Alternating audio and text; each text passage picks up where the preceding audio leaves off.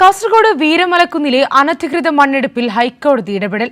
മണ്ണെടുപ്പ് തടയണമെന്ന പൊതു താൽപര്യ ഹർജി പരിഗണിച്ച ഹൈക്കോടതി കേന്ദ്ര പരിസ്ഥിതി മന്ത്രാലയത്തോട് റിപ്പോർട്ട് സമർപ്പിക്കാൻ നിർദ്ദേശവും നൽകി. ദേശീയപാത നിർമ്മാണത്തിന്റെ മറവിൽ അശാസ്ത്രീയമായ രീതിയിൽ മണ്ണെടുത്തതിനെ തുടർന്ന് അപകട ഭീഷണി ഉയർത്തുന്ന ചെറുവത്തൂർ വീരമലക്കുന്നിലെ മണ്ണെടുപ്പുമായി ബന്ധപ്പെട്ട് വിശദമായ റിപ്പോർട്ട് സമർപ്പിക്കാനാണ് ഹൈക്കോടതി കേന്ദ്ര പരിസ്ഥിതി മന്ത്രാലയത്തിനോട് ആവശ്യപ്പെട്ടത്.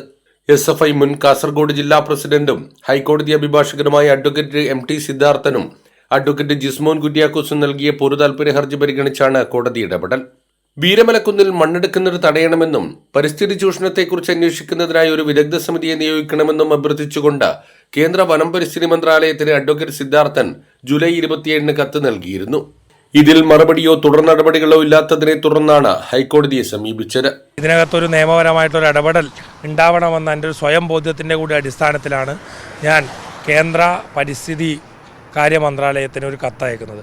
എന്നാൽ ഈ സമയം വരെയും അതിനകത്തൊരു മറുപടിയോ അതിനകത്ത് അതുമായി ബന്ധപ്പെട്ട ഒരു ഇടപെടൽ നടത്താൻ പരിസ്ഥിതി കാര്യ മന്ത്രാലയം തയ്യാറായിട്ടില്ല. അശാസ്ത്രീയമായ മണ്ണെടുപ്പിനെ തുടർന്ന് ജൂലൈ 23 വീരമലക്കുന്നിന്റെ ഒരു ഭാഗം ഇടിഞ്ഞ് ദേശീയപാതയിലേക്ക് പതിച്ചിരുന്നു.